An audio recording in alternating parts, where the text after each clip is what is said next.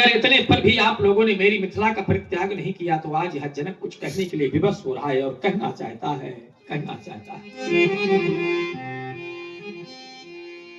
कि यह श्री हाथ भाई।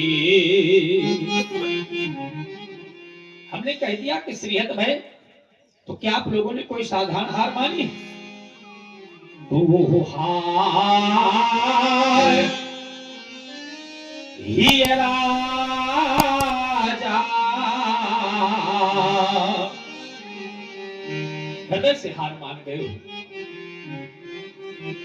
और हृदय से हार मानने को उपरांत आप लोगों ने मेरी मिथिला का परित्याग नहीं किया। और क्या किया कि तब यहां बैठी निज निज चाही ये समाजा।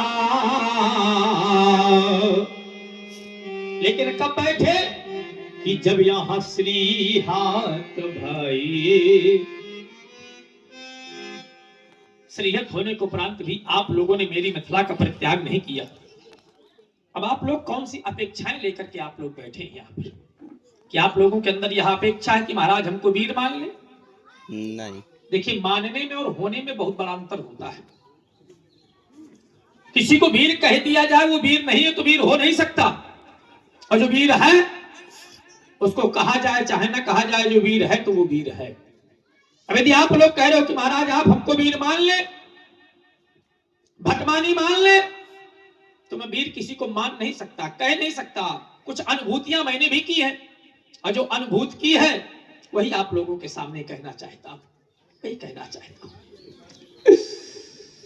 कि यह देश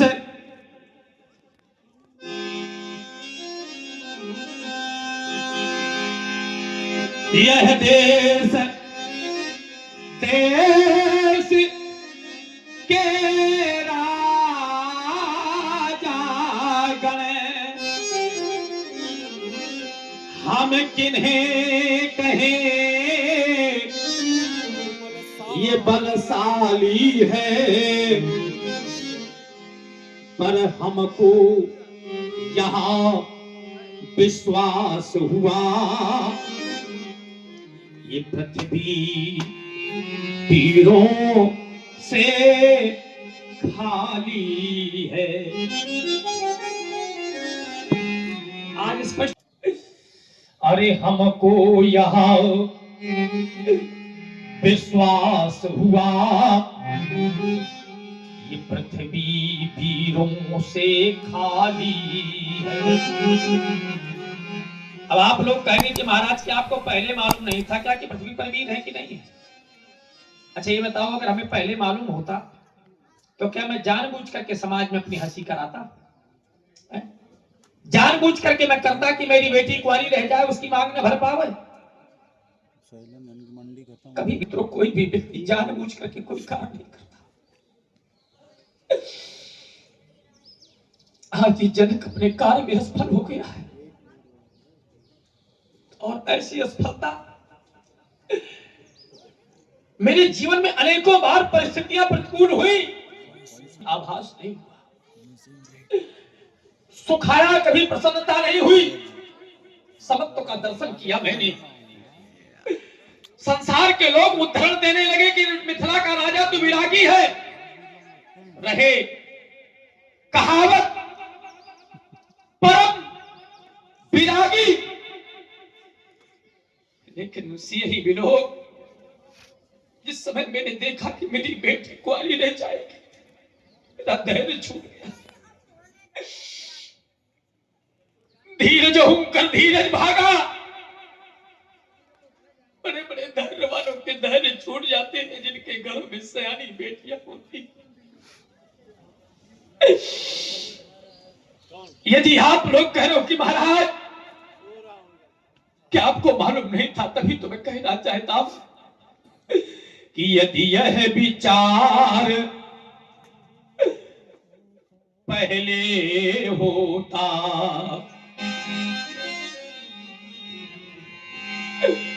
यदि यह विचार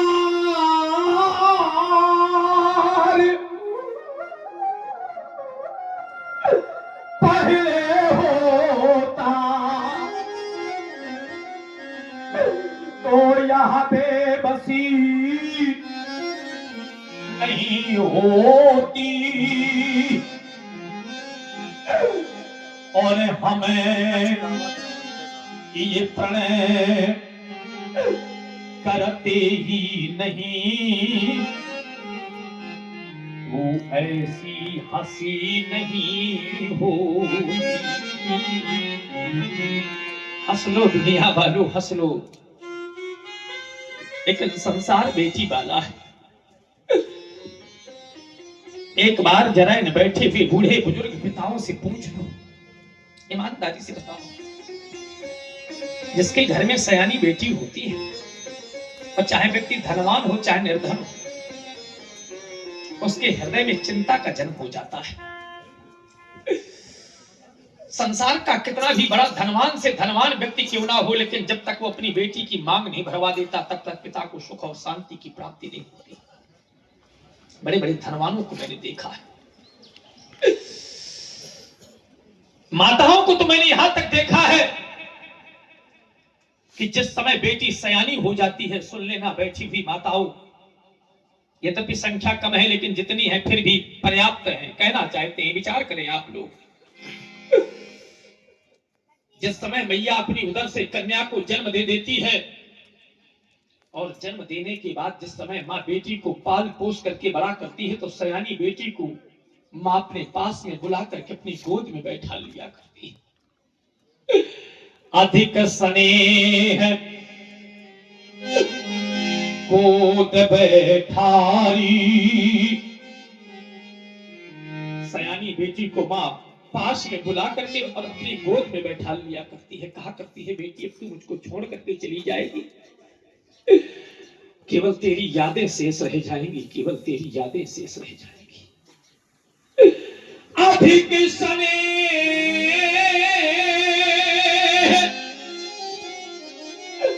गोद बैठारी,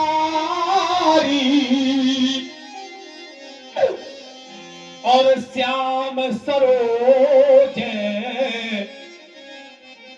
वो नयन बहामारी। जिस समय मैया अपनी बेटी को गोद में बैठाती है, नेत्रों से अश्रु बहने लगता है। मैया बेटी को गोद में बैठा करके और बेटी की ओर जिस समय देखा करती है, तो मैया रोने लगती है और कहा करती है, वारी बेटी, कैसे विदा कर पाऊंगी मैं तुझको। संसार में मेरे मित्रों, बेटी का जीवन एक धान की बेल की तरह होता है, एक धान की बेल की तरह होता है। जैसे संसार में धान की बेल उगाई कहीं पर जाती है, लेकिन कुछ समय के बाद लगाई कहीं पर जाती है। माँ और पिता जिस समय अपनी बेटी को पाल पोस करके बड़ा करते हैं, और जब उन्हीं हाथों से मेरे मित्रों उठा करके और डोली में बिठा करके विदा करते हैं, तो बड़े बड़े धैर्य वालों के सहरे छूट जाते हैं।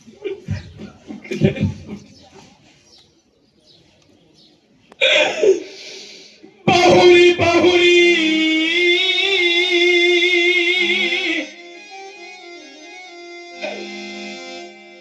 भेंट है महातारी,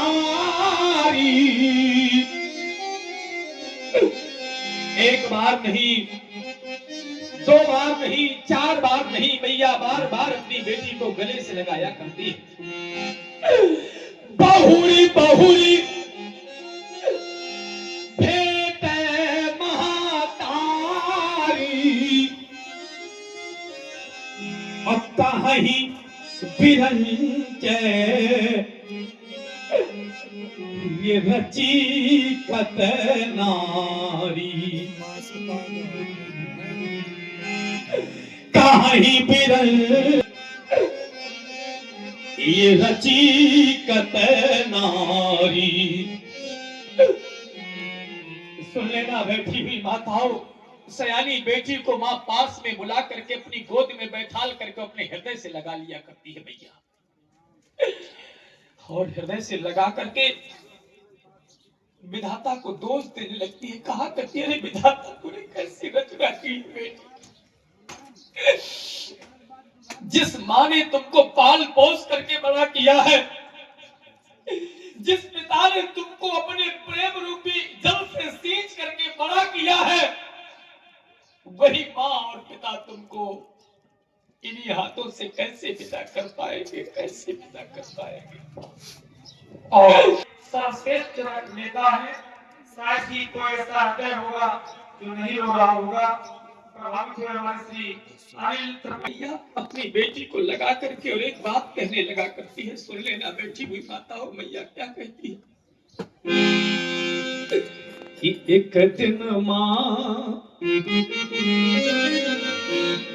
बेटी से बोली। माँ अपनी बेटी को हृदय से लगाए होती है और बेटी की तरफ देखती जाती है और मैया कहने लगती है, एक दिन माँ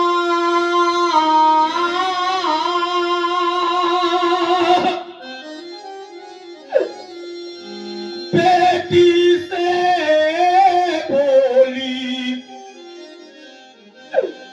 कि तुमको भी माँ बनना होगा। और देख लो दुनिया वालों, ये बेटी की प्रथम विदाई में एक दिन सबको रोना।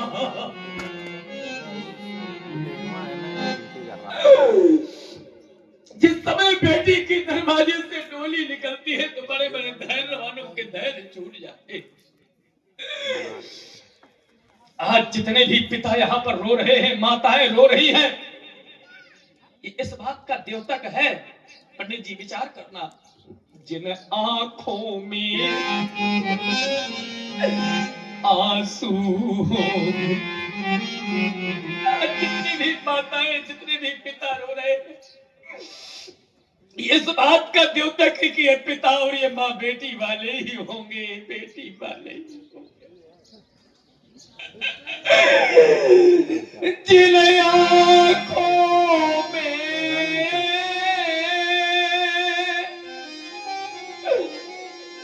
ये आंसू होंगे, वो आंखें बेटी ये बाली होंगी। और जो माँ यहाँ अब रो रही है, वो माँ बेटी बाली।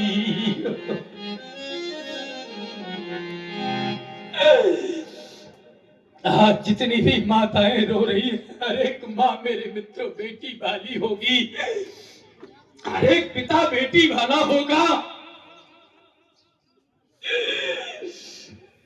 और जो माँ न रोवे,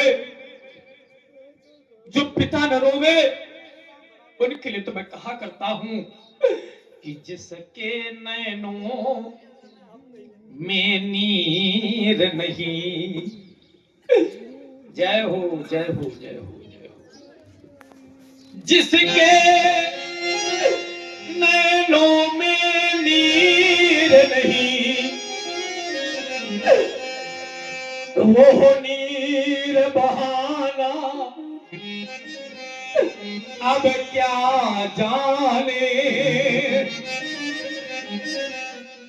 और जिसके उर्मी है वो पीर नहीं,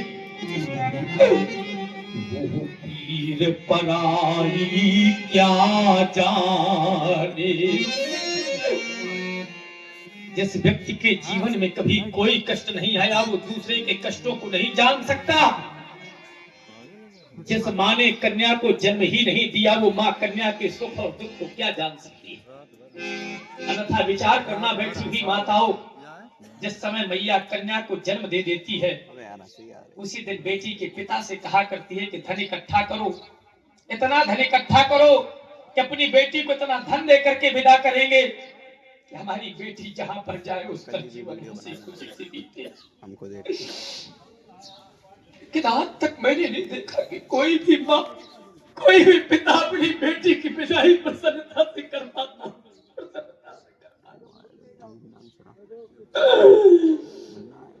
मैंने तो यहाँ तक देखा है, सुन लेना बैठी हुई माताओं, आप लोग मेरे एक एक शब्दों पर जोड़ने का प्रयास करना कि बेटी को चाहे सब कुछ दे दो, चाहे जितना धन दे देना, चाहे जितनी संपत्ति दे देना, लेकिन आज तक कोई भी पिता, कोई भी माँ अपनी बेटी की विदाई प्रसन्नता से नहीं कर पाती। अगर घर में निर्धनता होती है आचार्य जी, तो पिता कर्ज कर लेता है, ईमानदारी की बात है, कर्ज भर लूंगा बाद में, लेकिन अपनी बेटी को इतना धन देकर के विदा करूं कि मेरी बेटी जहां पर जाए, मेरे हृदय का टुकड़ा है, मेरी बेटी को कष्ट न मिले, मेरी बेटी को कष्ट न मिले। संसार में बेटी से अधिक पिता को कोई नहीं चाहता, और पिता भी संपूर्ण जीवन अपनी बेटी को बहुत चाहता।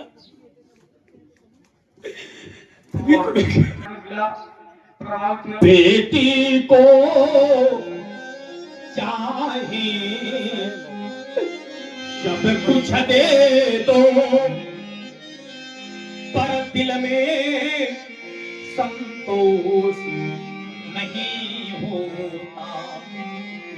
तो फिर आप लोग कहेंगे महाराज क्या होता है, तो वही तो बता रहा हूं कि बेटी की प्रथम विदाई में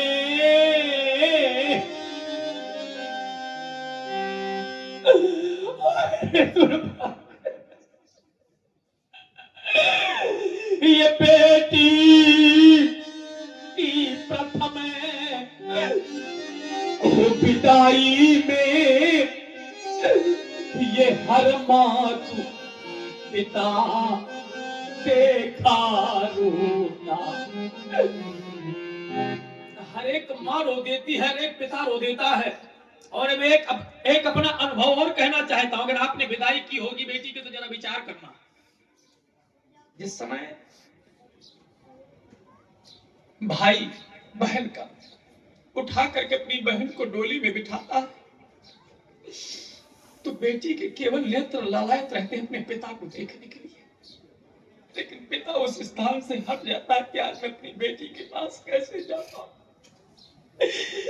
जिस बेटी को मैंने पाल पोस करके बड़ा किया, आज मैं कैसे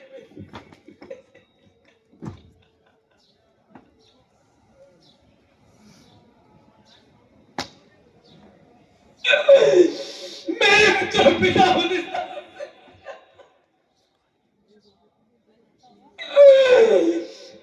लेकिन बेटी पूछा करती है कि भैया मेरे बाबूजी कहाँ है, एक बार मेरे बाबूजी से मिला दो।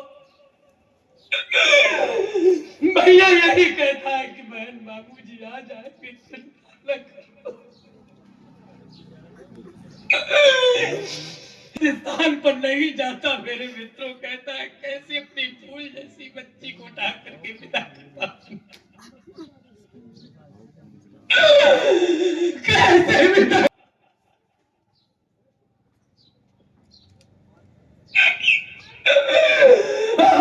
दुर्भाग्य।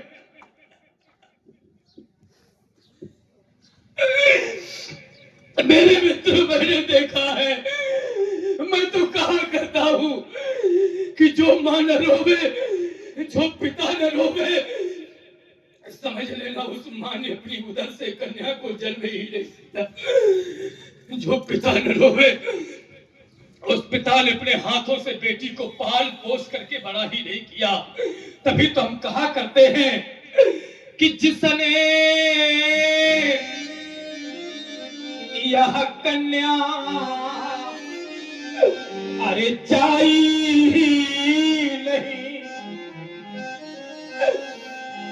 सुन लेना बैठी हुई माताओं, जिस माँ ने कन्या को जन्म नहीं दिया वो माँ कन्या के सुख और दुख को क्या जान सकती है। जिसने यह कन्या अरे जाई ही नहीं वो कन्या का दुख क्या जाने, और जिस पैर पे माई अरे फटी नहीं वो पीर पराई क्या जाने, जिस पैर ये आई अब फटी नहीं वो पीर बनाई क्या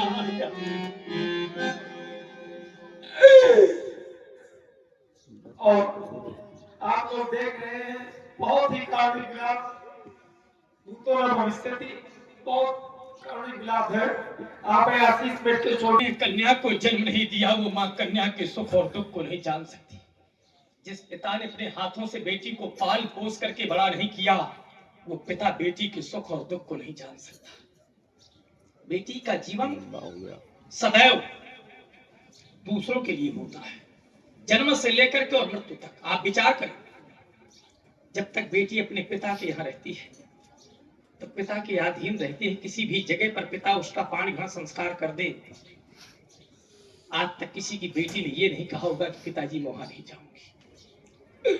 और जब वही बेटी उसका पाणी ग्रहण संस्कार हो जाता है तो उसका जीवन साथी कैसा भी मिल जाए, चाहे उसको अच्छी ढंग से रखे चाहे न रखे, चाहे मारे चाहे सताए, अब तो अपने माँ पिता को छोड़ करके आ गई, उसके सहारे हो गई है, तो अपने सारे जीवन का सुख, अपने सारे जीवन का दुख अपने पद चरणों में समर्पित कर देती है वो बेटी।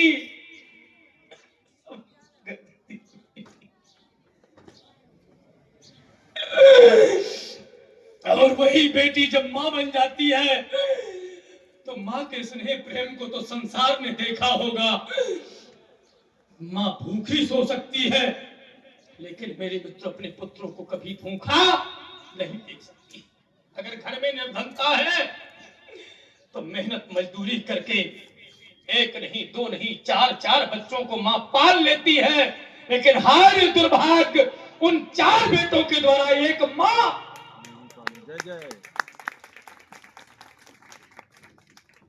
आप सुन रहे हैं महाराज जनक जी का कारुणिक विलाप। करो, ऐसा बेटी का जीवन होता है। लेकिन आज मैं कैसे कहूं कि हमारी राजा बेटी बहुत दुलारी रही है, बहुत प्यारी रही है, फिर भी हमें कहना पड़ रहा है कि हम कहें कि ये बेटी दुलारी रही।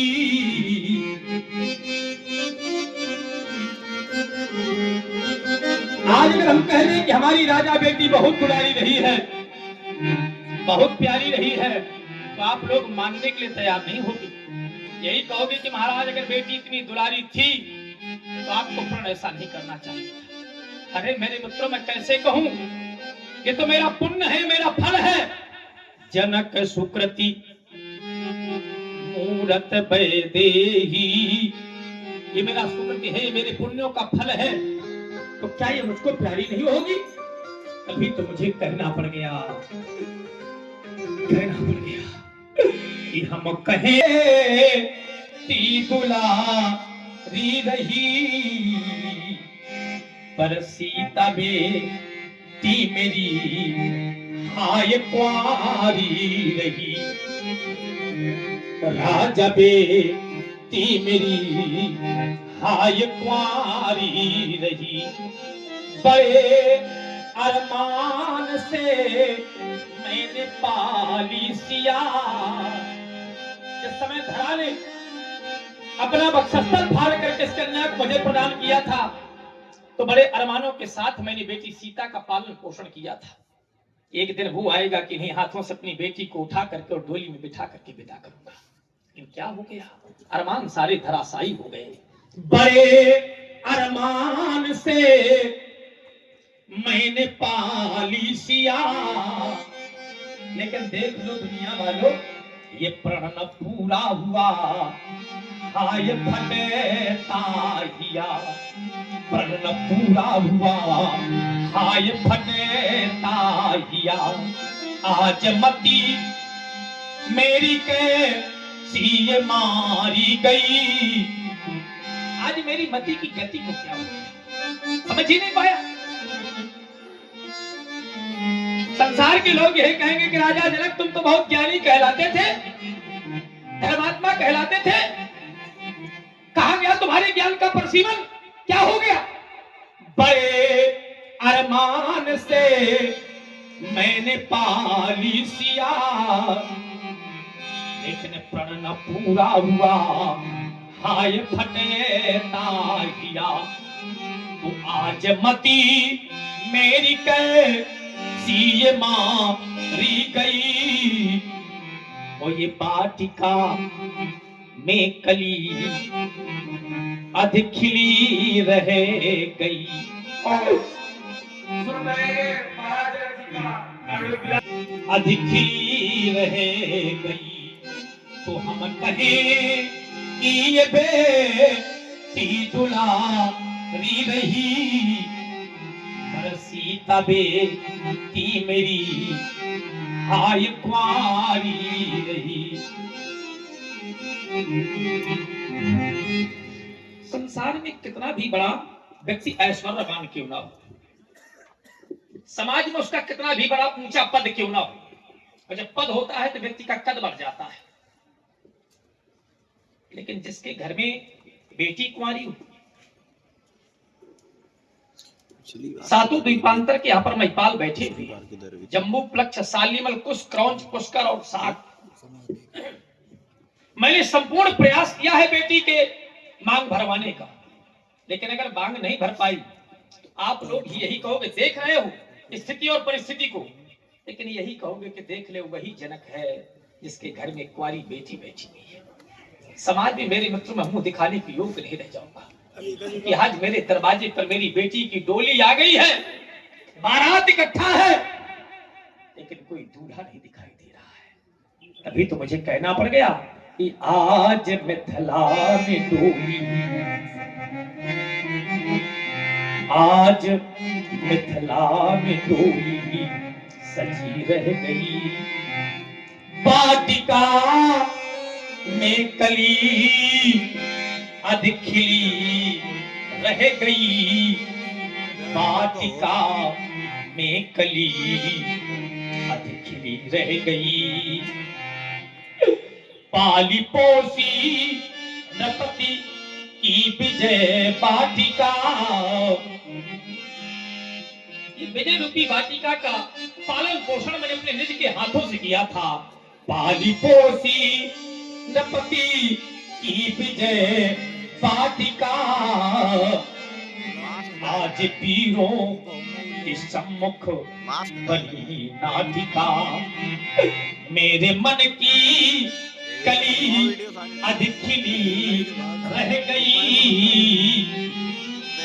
ये वाटिका में कली अध खिली रह गई, ये वाटिका में कली अध खिली रह गई। जरा सोचो, अभी तो मैं ये विचार कर रहा हूं, लेकिन जिस समय मैं राज प्रासादों में जाऊंगा, महारानी सुनैना के सामने क्या कहेगी? अरे फाइनल है महाराज, अगर आपको प्रण करना था तो कम से कम अपनी उर्मिला के लिए कर देते। समाज के लोग महाराज आपको दोष न देते, यही कहते कि वो राजा जनक की जाई है, और महाराज आपने जाई बेटी के लिए प्रण नहीं किया, पाई बेटी को दांव में लगा दिया। संसार के लोग क्या कहेंगे? मैंने देखा है सुनैना के प्रेम स्नेह को, रोती हुई उर्मिला को पालने पर पढ़ा देती थी, और खेलती हुई सीता को गोद में इसके प्रेम को मैंने देखा। मेरी रानी सुनैना ने पालन किया, महारानी सुनैना ने तो अपने कर्तव्य का पूर्णतः पालन किया है, लेकिन अगर संसार में अभागे पिताओं का नाम लिखा जाएगा तो पहला नाम इस जनक का लिखा जाएगा, पहला नाम इस जनक का लिखा जाएगा। मेरी रानी सुनैना ने पालन किया, इस अभागे जनक ने फलालन किया, ये फूल पनने न पाई, अब कली रह गई, आज कुंवारी जनक की लली है। और आज कुंवारी बनने न पाई, अब कली रह गई, आज कुंवारी जनक की लली रह गई, आज कुंवारी जनक की लली रह गई। यदि आप लोग कह रहे हो कि महाराज कार आप बहुत बड़ा करवाना चाहते हैं, सोई पुराण को दंड कठोरा, इतना ही नहीं गरुड़ कठोर विदित सब काबू। संसार के लोग महाराज जानते हैं कि भगवान शंकर का धनुष है, गरुड़ है, कठोर है, और उसके बदले में छोटी सी कन्या अखंड वर्षीय बालिका तो नहीं मेरे मित्रों।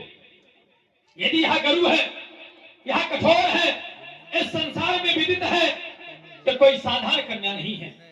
अगर हम इसकी विशेषताओं पर चर्चा करें तो इसमें एक नहीं, इसमें दो नहीं, इसमें 3 लाभ हैं, और 3 लाभ ही नहीं, प्रत्येक एक लाभ पर एक पुरस्कार लगा हुआ है। जैसे कि कुमारी,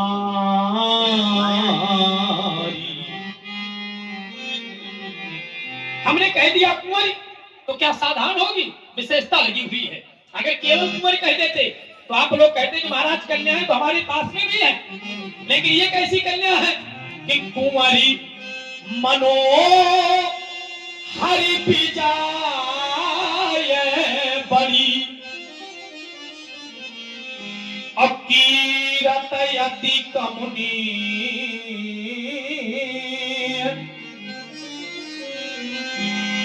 लेकिन पावन हारे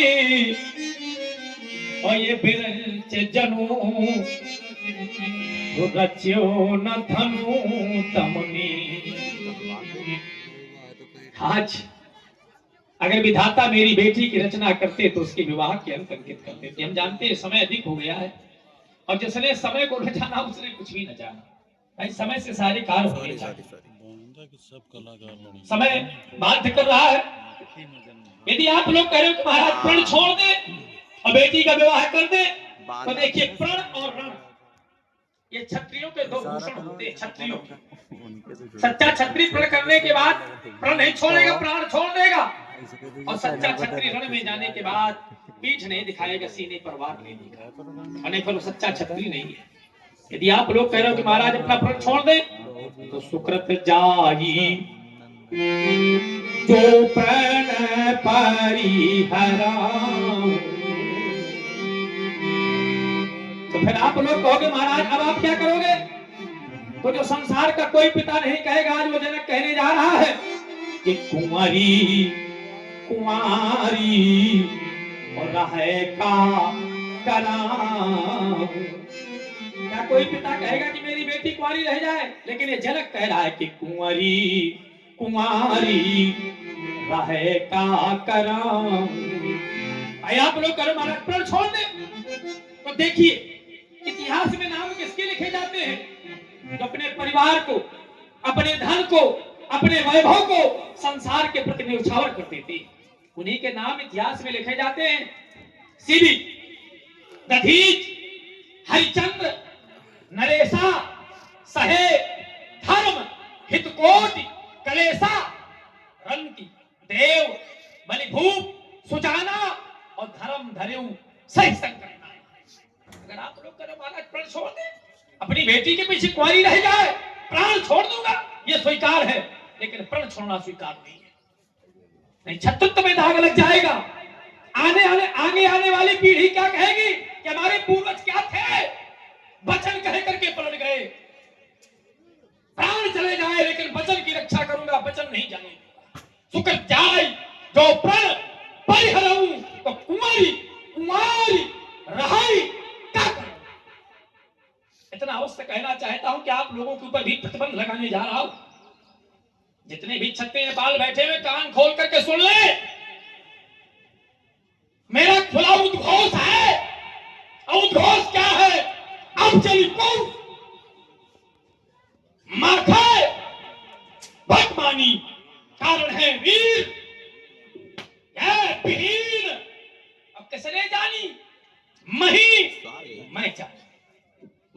मैंने जाना है कि पृथ्वी पर कोई वीर नहीं रह गया। वीर वीर मही मैं जानी। अब कब जानी? ऐसा जानी जब यहां दुर्गति सामने आनी, तब वीर विहीन मही मैं जानी। जब वीर विहीन मही मैं जानी, तो बैठे बैठे क्या कर रहे हो? अभी तक जो आप लोगों ने कहा वो मैंने सुना। महाराज ऐसी व्यवस्था करवा दो है, कंचलों के मंच पर बैठे हो और कार्य कुछ नहीं कर पा रहे हो। जब मैं कहूंगा वो करोगे। तजहुवास निज निज गृह जाहू, क्योंकि लिखा न विधि वैदेही विवाहु। इधर आओ देख लो। अगर विधाता मेरी बेटी की रचना करते तो शायद उसके विवाह के अंक अंकित कर देते, लेकिन विधाता की सृष्टि से परे है मेरी बेटी, तो आज उसके विवाह के अंक कैसे अंकित करते? और आप लोग अगर मुझे तुम्हारी नियत मालूम हो गई होती, क्या करने को प्राण के संसार में जनक अभ्यास का पात्र न होता। एक जगह नहीं खड़े हो चुके। मेरे मस्तक पर कालिमा न लगी होती। आज मैं तुमसे कहना चाहता हूं, तुम कभी किसी को इतना सुख देते हो, कभी किसी को इतना दुख देते हो कि व्यक्ति सुख भी नहीं सहन कर पाता और दुख भी नहीं सहन कर पाता। हमारा कहना है तुमसे कि मुझे तेरी नियत का जो पता प्रभु चल गया होता। चित्तम यदि आभास होता कि प्रण करूंगा, प्रण करने के बाद प्राण मैं अपयश का पात्र हो जाऊंगा, तो कभी भी प्रण करने के बाद मैं अपयश का पात्र न होता।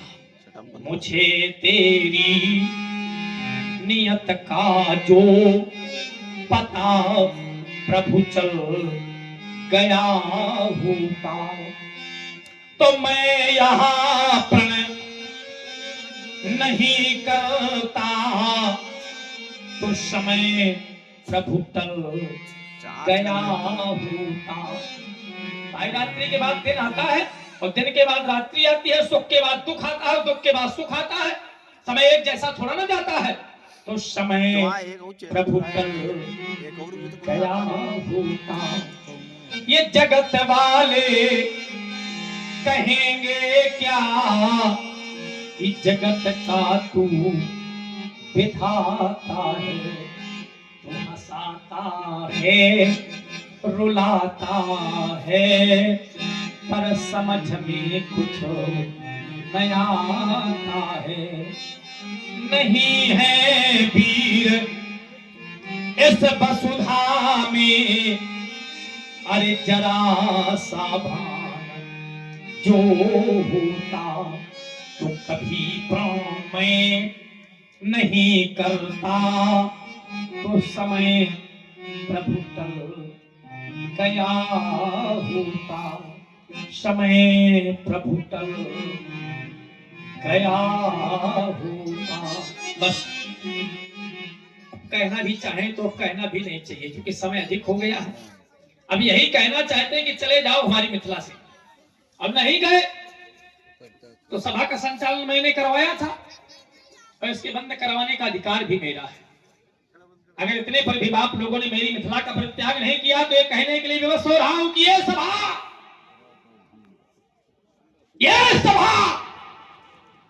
करा दो भंग। बिगड़ गया इस मिथिलेश की इस राम भूमि का रंग, राम भूमि का रंग समाप्त हो गया। सीता स्वयंवर इस समाज के अंतर्गत कौन कह रहा है कि महाराज चलने दो सीता स्वयंवर? अरे समाप्त हो गया सीता स्वयंवर, अधिवेशन समाप्त हो गया, समाप्त हो गया, समाप्त हो गया।